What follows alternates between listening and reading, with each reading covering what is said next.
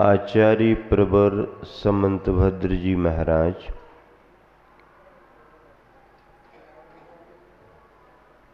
समीचीन धर्म का कथन कर रहे हैं और धर्म के कथन में उन्होंने रत्नत्रय की अपनी विवक्षा बनाई है। रत्नत्रय को उन्होंने धर्म कहा है। रत्नत्रय में पहले रत्न की चर्चा चल रही है और उस रत्न में भी उस रत्न के 8 अंगों की चर्चा चल रही है। 8 अंगों में निःसंकेतंग, निःकांक्षितंग, निर्विचिकित्सा अंग, अमूढ़ दृष्टि अंग, उपगुहन अंग, स्थितीकरण अंग, वात्सल्य अंग और प्रभावना अंग। आज अंतिम अंग के रूप में चर्चा है जिसका नाम प्रभावना है। देखो, आचार्यों के कथन में और भगवान की वाणी में सम्यक दर्शन को अंतर्मुखी भी कहा गया है और सम्यक दर्शन को बहिर्मुखी भी कहा है। अंतर्मुखी का मतलब ये है कि सम्यक दर्शन का परिणाम अपने आत्म केंद्रित होता है, अपने आत्म कल्याण के बारे में सोचता है। लेकिन आत्म कल्याण के बारे में ही सोचता है सो ऐसी बात नहीं है। आत्म कल्याण के बारे में तो सोचता है, लेकिन आत्म कल्याण के साथ साथ पर कल्याण, जन कल्याण के बारे में भी सोचता है। ये जो उसका दृष्टिकोण है जन कल्याण का, ये सम्यक दर्शन के परिणामों को अंदर से निकाल करके बाहर के प्राणी मात्र से जोड़ता है। इसलिए सम्यक दर्शन एक बहुत बड़ा समाज शास्त्र भी है। क्या?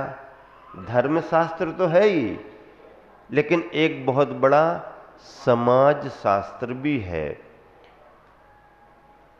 सम्यक दर्शन के इस समाज शास्त्र में इसलिए अपना ध्यान रखते हुए सम्यक दृष्टि को अपने परिवार का भी ध्यान रखना पड़ता है। परिवार के साथ अपनी समाज का भी ध्यान रखना पड़ता है। समाज के साथ ग्राम नगर के वासियों का भी ध्यान रखना पड़ता है। और यहाँ तक कि वो जिस राष्ट्र में रहता है उस राष्ट्र के प्रति भी उसको ध्यान रखना पड़ता है। अब आप कहोगे नहीं, ये सम्यक दर्शन तो आंख बंद करो, ध्यान करो, पूजा पाठ करो, यहीं तक है। नहीं, यहीं तक नहीं है। हमने उसको यहीं तक समझ रखा है, ये बात अलग है।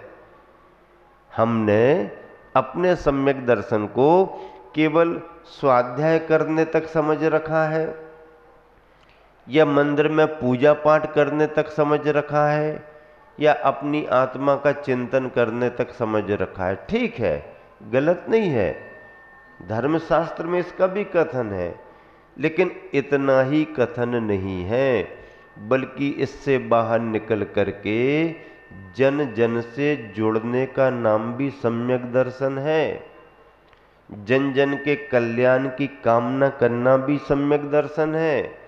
देश दुनिया की भलाई का विचार करना भी सम्यक दर्शन है और अपने राष्ट्र की प्रगति और निरंतर समृद्धि का भाव करना भी सम्यक दर्शन है। इसलिए जितना हम रत्नत्रय के गुणों को गहराई से समझेंगे, उतना हमारा जीवन का व्यक्तित्व विस्तार को प्राप्त होगा। गुरुवर आचार्य श्री ने जन कल्याण के लिए कितनी सारी योजनाएं समाज के बीच में रखी। कभी गौशाला के लिए प्रेरणा दी, कभी हथकरघा के लिए प्रेरणा दी, कभी इसके लिए कभी उसके लिए। मतलब ये है कि व्यक्ति धर्म की भावना से जुड़े, शाकाहारी भोजन से जुड़े, मानवीयता के गुणों से जुड़े, एक दूसरे के प्रति सद्भावना रखें और अपने कल्याण के साथ साथ सबके कल्याण का भाव रखें। ऐसे प्रकल्पों में जन सामान्य को आचार्य श्री ने लगाया, उन्हें जोड़ा। ये सम्यक दर्शन का विस्तार है। इसके लिए गुरुवर आचार्य श्री ने सक्रिय सम्यक दर्शन नाम दिया। क्या नाम दिया? क्या नाम दिया? हाँ, हमारा सम्यक दर्शन शुष्क और नीरस नहीं है। क्या? हमारा सम्यक दर्शन शुष्क और नीरस नहीं है। हमारा सम्यक दर्शन सक्रिय है, सदैव सक्रिय रहता है। ऐसे सम्यक दर्शन के अंग में आज प्रभावना अंग की चर्चा करनी है। इस श्लोक का उच्चारण करें। श्लोक नंबर 18। अज्ञान तिमिरव्याप्ति मपाकृत्य यथा यथम जिन शासन माहात्म्य प्रकाशः स्यात् प्रभावना। एक साथ मिलकर। अज्ञान तिमिरव्याप्ति मपाकृत्य यथा यथम जिन शासन माहात्म्य प्रकाश स्यात् प्रभावना। नीचे देखो अन्वयार्थ।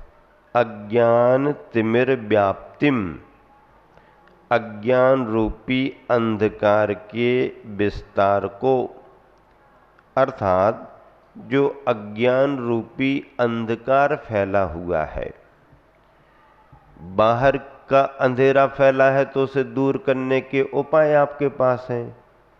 उजाला करो, बाहर का अंधेरा दूर हो जाएगा।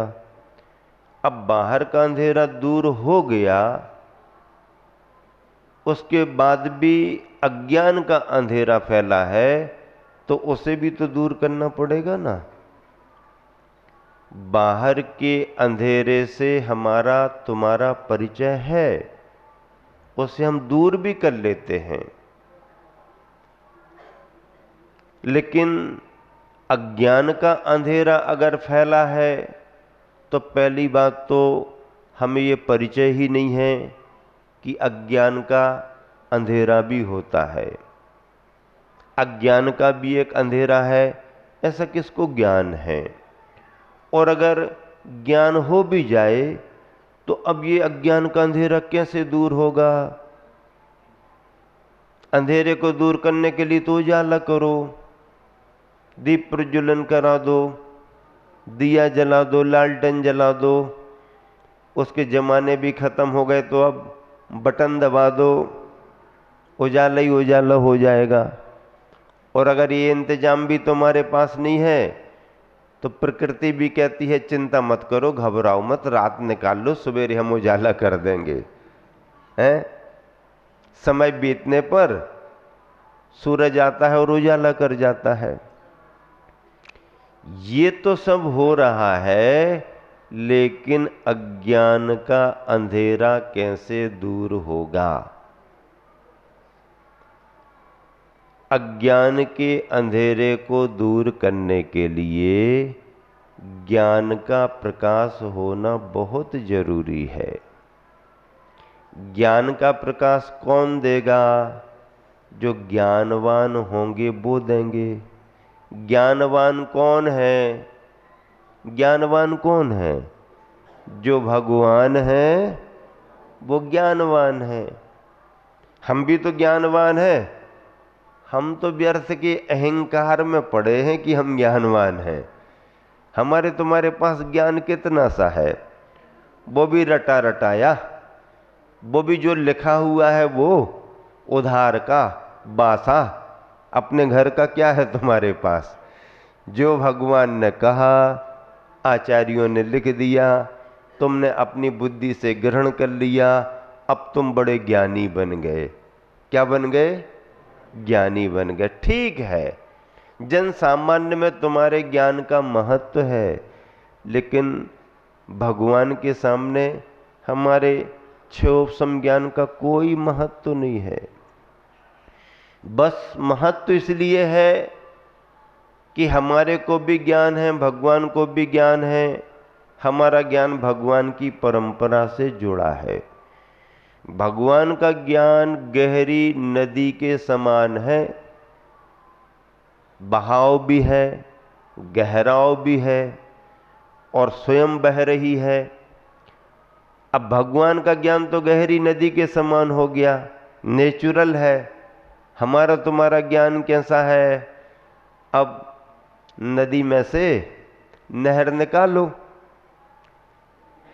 अब नहर में से पानी बहाओ, मेन कैनाल बड़ा होता है, फिर उसमें से साइड कैनाल छोटे छोटे निकालो और छोटे छोटे निकालो। अब अंतर है कि नहीं है? दोनों में अंतर है। अंतर किस बात का है? गहराई का अंतर। जो गहराई नदी में है वो गहराई नहर में नहीं है। जो बहाव नदी में है वो बहाव नहर में नहीं आएगा। अंतर है, गहराई का अंतर है, प्रभाव बहाव का अंतर है, लेकिन एक रूपता किसकी है? एक रूपता जल की प्रकृति की है। जो पानी नदी में था वही पानी नहर में आया, जो पानी का स्वाद नदी में था वही पानी का स्वाद नहर में आया। तो पानी की प्रकृति को लेकर के साम्यता है, इसलिए हमारे ज्ञान को भी दुनिया स्वीकार कर रही है, क्योंकि पानी की प्रकृति में अंतर नहीं है।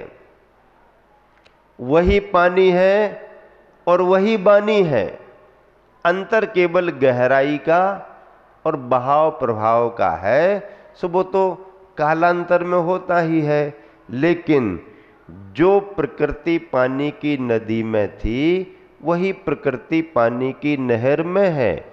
जो प्रकृति भगवान की वाणी दिव्य ध्वनि में थी वही प्रकृति इस पंचम काल में भी ग्रंथों में और आचार्य उपाध्याय साधुओं की वाणी में भी है। इसलिए इसमें अंतर नहीं है, इसमें एक रूपता है। ऐसे ज्ञानी गुरु ही संसार में फैले हुए अज्ञान के तिमिर को दूर कर सकते हैं।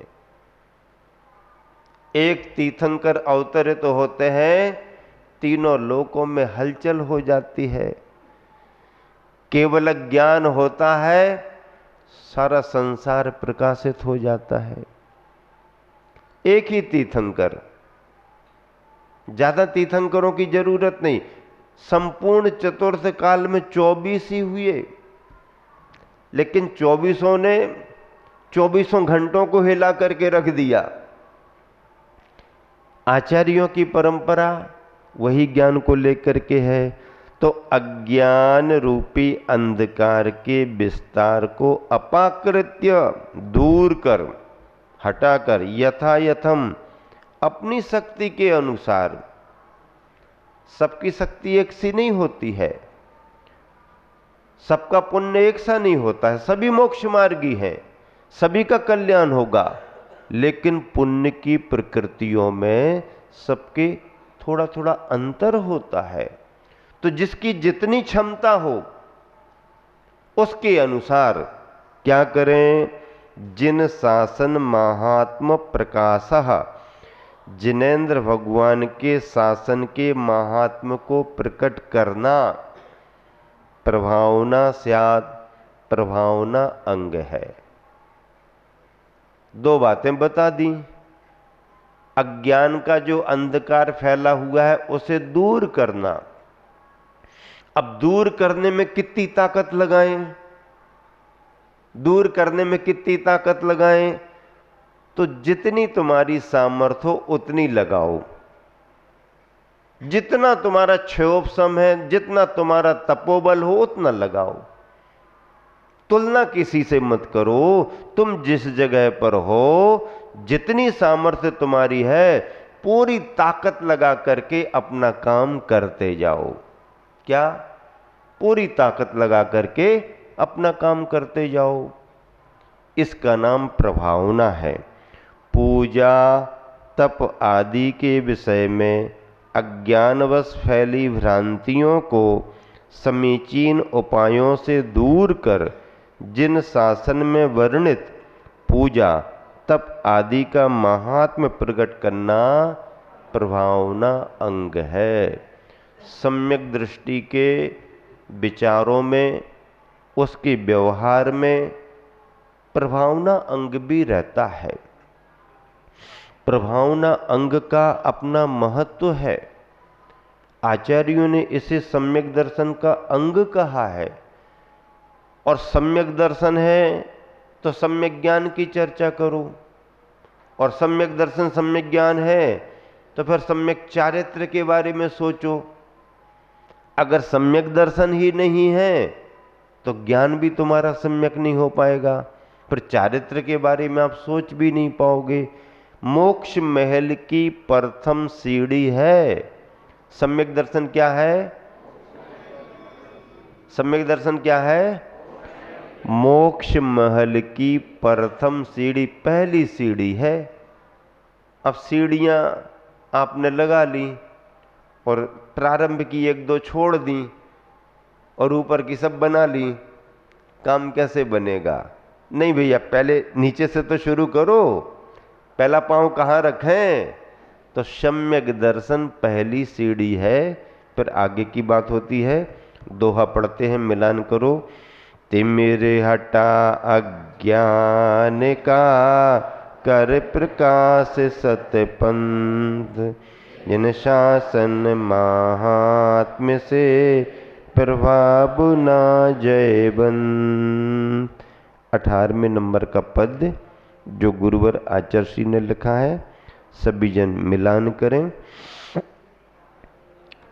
अंधकार अज्ञानमयी जब फैल रहा हो कभी कहीं, उसे मिटाना यथा योग, निज शक्ति छुपाना कभी नहीं। जिन शासन की महिमा की हो और प्रसारण सुखद कहाँ, प्रभाव ना दृग अंग यही है, पाप रहे फिर दुखद कहाँ। इस तरह से ये जो प्रभावना अंग है वह अपने सार को लेकर के पूर्ण हुआ। अब आगे इन 8 अंगों में प्रसिद्ध होने वाले व्यक्तियों के नाम हैं। सारांश आपको कथाओं का मालूम है, यहाँ पर आपको बताते हैं उच्चारण के साथ। तावदंजन चौरोंगे ततोऽनन्तमति स्मृता, उद्दायनस्तृतीयेऽपि तुरीये रेवती मता।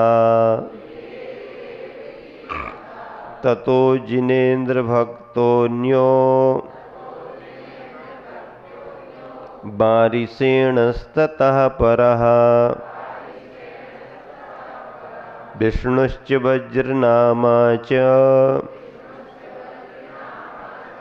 शेषयोर्लक्ष्यतां गतौ। एक साथ पढ़ लें। तावदंजन चौरोंगे ततोऽनन्तमति स्मृता, उद्दायनस्तृतीयेऽपि तुरीये रेवती मता। ततो जिनेन्द्र भक्तोऽन्यो बारिसेणस्ततः परः, विष्णुश्च वज्रनामा च शेषयोर्लक्ष्यतां गतौ। इन दोनों श्लोकों में केवल नाम नाम है। नीचे भावार्थ देखो, सम्यक दर्शन के 8 अंगों में से प्रथम अंग में अंजन चोर, क्या नाम आया है? प्रथम अंग में अंजन चोर। दूसरे अंग में अनंतमती बालिका, तीसरे अंग में उद्दायन राजा और चौथे अंग में रेवती रानी प्रसिद्ध हुई है। फिर क्रमशः नीचे देखो, 5वें अंग में जिनेन्द्र भक्त सेठ, 6ठे अंग में बारीशेन मुनि, 7वें अंग में विष्णु कुमार मुनि, 8वें अंग में वज्र कुमार मुनि प्रसिद्धि को प्राप्त हुए हैं। इन दोनों के दोहा पढ़ो। अंजन चोर अनंतमती और उद्दायन भू, तथा रेवती की सुनो फैली कीर्ति अनु।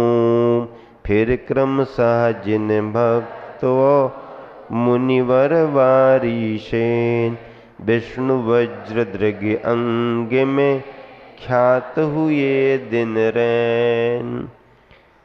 ये दोहे भी हो गए।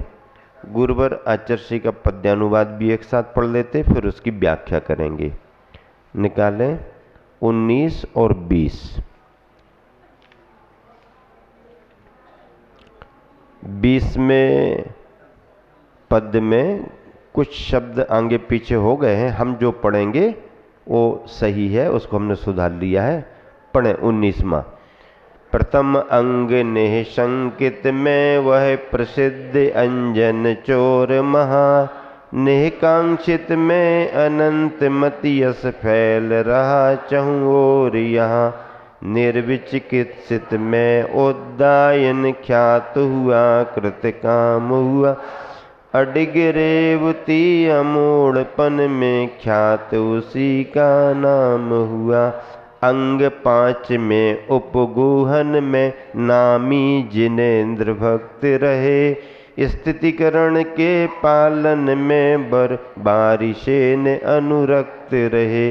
इसी भांति वात्सल्य अंग में विष्णु मुनि विख्यात रहे, ख्यात हुए हैं प्रभावना में वज्र मुनीश्वर ज्ञात रहे। वज्र कुमार मुनीश्वर का नाम प्रभावना अंग में आया है। कहानी आप जब पढ़ेंगे तब मालूम होगा कि उर्मिला नाम की महारानी थी, जिन भक्त थी, और उस राजा के यहाँ विवाह हुआ राजा का, तो दूसरी बौद्ध रानी आ गई। उर्मिला महारानी प्रति अष्टानिका में पूजा विधान करती थी और जिनेन्द्र भगवान का रथ निकलवा करके प्रभावना करती थी।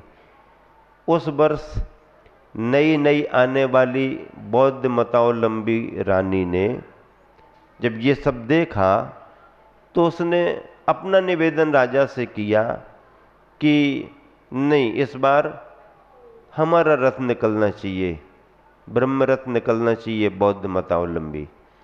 तो उसमें समस्या आ गई, इसके कार्य में बाधा आ गई तो इसे उपसर्ग मान करके उर्मिला महारानी मंदिर में जाकर के बैठ गई।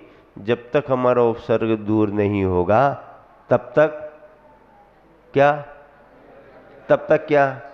अब एक ही तो उपाय है और क्या करें, अब राजा तो मानेगा नहीं, मान नहीं रहा, तो अब तो हमारा अन्न जल का त्याग। ठीक, कोई बात नहीं, दिन 2 दिन 4 दिन निकल गए। अब वहां पर, कहां पर, जहां वज्र कुमार मुनि महाराज तपस्या कर रहे थे, उनकी तपस्या से प्रभावित होकर के बहुत सारे देव और विद्याधर उनकी भक्ति करने के लिए आए तो उन मुनि महाराज को ये ज्ञान हो गया अपने अवधि ज्ञान आदि से कि उर्मिला महारानी पर उपसर्ग आया हुआ है, रथ यात्रा रुक गई है। तो ये सब देव विद्याधर वगैरह थे, जय जयकार कर रहे थे, क्या आदेश है, क्या करूं। तो महाराज ने कहा यहाँ जय जयकार करने की जरूरत नहीं है, आप शायद मथुरा नगरी की बात है, वहाँ जाओ और यहाँ ऐसा ऐसा हो रहा, तो इस उपसर्ग को दूर करके जिन धर्म की प्रभावना करो। वो सभी वहाँ से गए। अब जिनकी तैयारी चल रही थी निकलने की, निकल ही रहा था। तो ये निकल रहा था तो विद्याधरों ने, देवों ने क्या किया, अपनी विक्रियाओं के द्वारा, विद्याओं के द्वारा उस रथ के ऊपर जिनेंद्र भगवान का रथ दिखाया और नगर में भ्रमण कराया। जैसे ही उर्मिला महारानी को पता चला कि हमारा रथ रुका नहीं है, वो तो नगर में निकल रहा है और ऊपर ऊपर निकल रहा है, तो इसे उपसर्ग दूर मान करके और उन्होंने विद्याधरों और देवों के द्वारा की गई प्रभावना को समझ लिया, तो उन्होंने अपना अनशन तोड़ दिया। ऐसी धर्म की प्रभावना वज्र कुमार मुनीश्वर ने उस समय की थी, जिनका उल्लेख शास्त्रों में आता है। इन नामों के अलावा सम्यक दर्शन के इन अंगों में प्रभाव न करने वाले, प्रसिद्धि पाने वाले और भी हो सकते हैं, अनेक नाम हो सकते हैं, लेकिन लेखन के समय जिस आचार्य के मन में जो भाव आया उनका नाम उन्होंने उल्लेख कर दिया। अगर कहीं कोई कथानक में दूसरा नाम आ जाए तो उसे भी मानना पड़ेगा कि उसमें वो भी प्रसिद्ध हुए हैं। तो प्रभावना एक ऐसा अंग है जो वर्तमान में प्रत्येक सम्यक दृष्टि धर्मात्मा के लिए जरूरी है। अपने सिद्धांतों का विस्तार हो,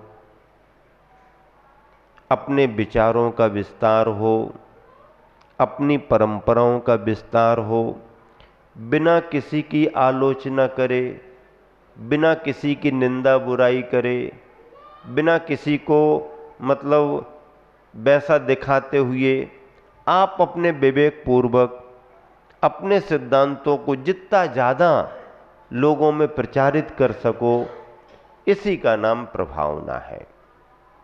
अपनी लकीर बड़ी करने का नाम प्रभावना है। किसी की लकीर मिटाने के बारे में नहीं सोचना, हाँ उसमें नहीं उलझना। उलझने का नाम प्रभावना नहीं है, सुलझने का नाम प्रभावना है और सुलझाने का नाम प्रभावना है। हाँ, अपनी लकीर आगे बढ़ाओ, अपनी अच्छी बात आगे रखो। तुम्हारी सेवा से, तुम्हारी भक्ति से, तुम्हारे दान से, तुम्हारी सद्भावना से दुनिया जुड़ेगी, क्योंकि जैन धर्म सद्भावना प्रधानी धर्म है। दुर्भावना किसी के प्रति भी नहीं रखता है, दुर्भावना धर्म हो ही नहीं सकता है। सद्भावना से ही धर्म की शुरुआत होती है और ऐसी सद्भावना जनमानस पर गहरा प्रभाव डालती है, गहरा प्रभाव डालती है। आप किसी को कुछ मत कहो, पर कोई अच्छा सा काम करो, आदमी आपकी प्रशंसा करेगा। आपने किसी को सहयोग दे दिया, आपने कोई अपेक्षा नहीं रखी, वो आपकी प्रशंसा करेगा। तो प्रभावना किस रूप में करें? क्या लिखा गया है कि देखो, पूजा के बारे में, तपस्या के बारे में, साधना के बारे में, दान के बारे में, आदि आदि कई तरह की भ्रांतियां फैली हुई होती हैं। दान को सभी अच्छा मानते हैं, लेकिन दान का सच्चा स्वरूप नहीं समझ पाते हैं। देने की भावना सबकी है, पर किसे दिया जाए, पात्र की पहचान सभी को नहीं होती है। तो जब तक पात्र की पहचान ना हो और हमारे द्रव्य का सच्चा और सही उपयोग हो रहा है कि नहीं हो रहा है, ये विचार विवेक तुम्हारे पास ना आए, तब तक तुम क्या सच्चे धर्म का पालन नहीं कर पाओगे। तो जो भ्रांतियां फैली हुई उन्हें दूर करके, तप क्या है, अब विभिन्न प्रकार के लोग तप तपते हैं, वो समीचीन नहीं है। केवल देह तक ही सीमित रहते हैं। देह को कष्ट देने का नाम तप है, शरीर को कष्ट देने का नाम तप नहीं है। ये बात अलग है कि तपस्या करने में शरीर को थोड़ी कठिनाई होगी, शरीर तपेगा, शरीर को कष्ट होगा। शरीर को कष्ट होगा ये बात अलग है, पर केवल शरीर को कष्ट देने का नाम ही तप नहीं है। शरीर से ऊपर उठ करके उस जीवात्मा पर भी विचार करना पड़ता है, जीव तत्व पर विश्वास करना पड़ता है। अब जिसका जीव पर विश्वास ही नहीं है और वो शरीर से अपना कुछ भी करता रहे, वो उस गहराई तक पहुंच ही नहीं पाता। उसका किया गया अज्ञान माना जाएगा। दान दे रहा है, दान में क्या क्या देना चाहिए ये ज्ञान नहीं है, किसे देना चाहिए ये ज्ञान नहीं है, तो उसकी अज्ञानता मानी जाएगी। तो उसके लिए कुछ ना कुछ पुण्य बंध तो होगा, लेकिन मोक्ष मार्ग को प्रशस्त करने वाला पुण्य बंध नहीं होगा। देखो, एक मिथ्या दृष्टि करता है, एक सम्यक दृष्टि करता है। मिथ्या दृष्टि ने भी यदि उसकी भी कसाएं मंद हुई हैं, उसने भी कुछ दिया है, उसने भी जन कल्याण के बारे में सोचा है, उसने भी कोई सहयोग दिया, तो अब अगर मिथ्या दृष्टि की अवस्था में दे रहा है तो उसको पुण्य का आश्रय तो होगा, पुण्य का बंध होगा। वो पुण्य का बंध उसको संसार में सुख सुविधाएं दिलाएगा, लेकिन मोक्ष मार्ग उसका आगे नहीं बढ़ पाएगा। सम्यक दृष्टि करता है, सम्यक दृष्टि विवेक पूर्वक करता है, पात्र की पहचान करके करता है, तो सम्यक दृष्टि को जो पुण्य आएगा वो परमार्थ का पुण्य आएगा। उसको उस सम्यक दृष्टि को संसार का सुख तो मिलेगा, मोक्ष मार्ग भी उसका प्रशस्त होता जाएगा। समय समय पर आचार्यों ने ऐसी ही प्रभावना के बड़े बड़े कार्य किए हैं। आचार्यों ने ही नहीं, विद्वानों ने भी बड़े बड़े प्रभावना के काम किए हैं। और विद्वान ही नहीं, समाज श्रेष्ठियों ने भी बड़ी बड़ी प्रभावना के काम किए। जब महाराणा प्रताप पर संकट आया, उनका राज सिंहासन छिन गया, तो उनके लिए सहयोग देने को पूरी ताकत से आगे कौन बढ़ा? भामाशाह। भामाशाह कौन था? भामाशाह के पिताजी, पिताजी के पिताजी के पिताजी, कई पीढ़ियों से महाराणा प्रताप के पूर्वजों से सेवाएं देते आ रहे थे। काफी धन उनके पास एकत्रित हो गया, व्यसन बुराइयों में कोई खर्च नहीं किया, अपव्यय किया नहीं, जो उपयोगी खर्च थे वो करते गए और बचा बचा करके रखते गए। और जब राज्य पर संकट आया, राजा पर संकट आया, तो उन्हें सहयोग देने कौन बढ़ा? दानवीर भामाशाह आगे बढ़ा। भामाशाह कौन था? जैन था भामाशाह। हाँ, और महाराणा राणा प्रताप ने जंगल में ये देख करके इतना सारा लेकर के आए हो, मैं इसे कैसे वापस कर पाऊंगा? उन्होंने चिंता प्रकट की, आज ले लेता हूं, वापस कब कर पाऊंगा? तो भामाशाह ने कहा कि ये संपत्ति मेरी नहीं है, ये संपत्ति तो राष्ट्र की है, राष्ट्र की। मैंने इसे सुरक्षित रखा ये बात अलग है, मैंने सुरक्षित रखा ये बात अलग है, पर ये संपत्ति मेरी नहीं, राष्ट्र की है। तो राष्ट्र हित में इसे लगने दो, वापस करने की जरूरत नहीं। फिर महाराणा प्रताप ने सेना तैयार की और पुनः राज्य वापस हुआ। बड़े बड़े हस्तिनापुर में एक समय था, अपने 3-3 तीर्थंकर भगवान के कल्याणक हुए, पर वहां पर अभी 200-250-300 साल पुरानी घटना है, दिगंबर जैन मंदिर नहीं बना। बने होंगे, नष्ट हो गए होंगे। बनाने का भाव था, दिल्ली के एक श्रेष्ठी के मन में भाव आया कि हस्तिनापुर में मंदिर बनना चाहिए, तीर्थंकरों की कल्याणक भूमि। वहां का राजा मना करता था, नहीं बनाने देंगे, यहां नहीं बनेगा। अब राजा मना कर रहा तो कौन क्या करे, कुछ नहीं कर सकते। लेकिन एक बार स्थिति ऐसी बनी, राजा को उस समय 1 लाख रुपए की जरूरत पड़ी। हाँ, अब कहां से मालूम था कि दिल्ली में सेठ जी रहते हैं, वो देते रहते हैं। तो सेठ जी के पास खबर भेजी। सेठ जी इसी मौके की तलाश में थे कि राजा से कहीं कोई निकटता तो बढ़े।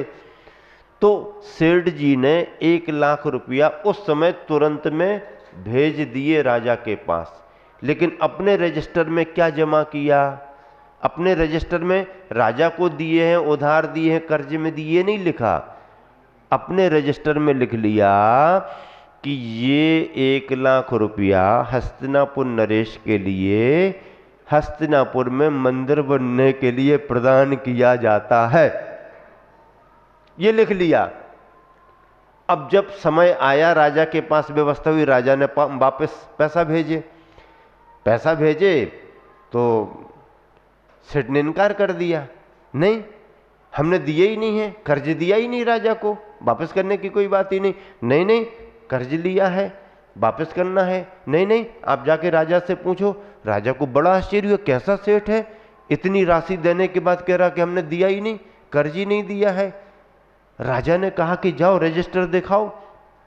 रजिस्टर देखा गया तो इसमें लिखा था। राजा को जब पता चला कि उस सेठ ने तो ऐसा ऐसा लिखा है और पैसा लेने से इनकार कर रहा है, तो लगा देखो इतना धनी मानी, अपने धर्म के प्रति इतनी भावना रखता है और मुझे सहयोग देने के बाद भी वापस लेने का नाम नहीं ले रहा, ये बहुत बढ़िया।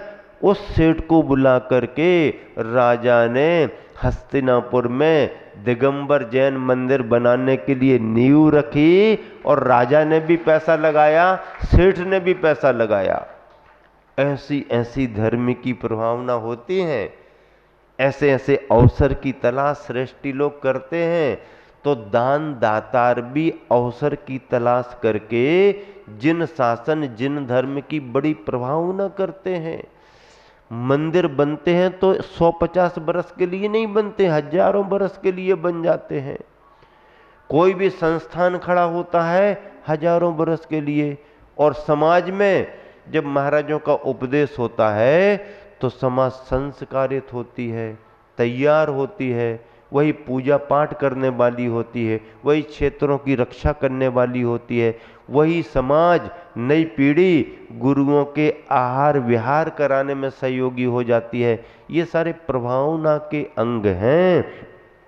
और ऐसी ही प्रभावना का अंग आपके इस चतुर्मास में 10 लक्षण पर्व में संस्कार शिविर लगने के रूप में आ रहा है। उसकी तैयारियां भरपूर होनी चाहिए। कार्यकर्ताओं की बैठक बहुत जरूरी है और उनसे पूरी तैयारी का ब्यौरा लेना जरूरी है। जरा भी ढीला ढाली काम बिल्कुल भी नहीं जमेगा।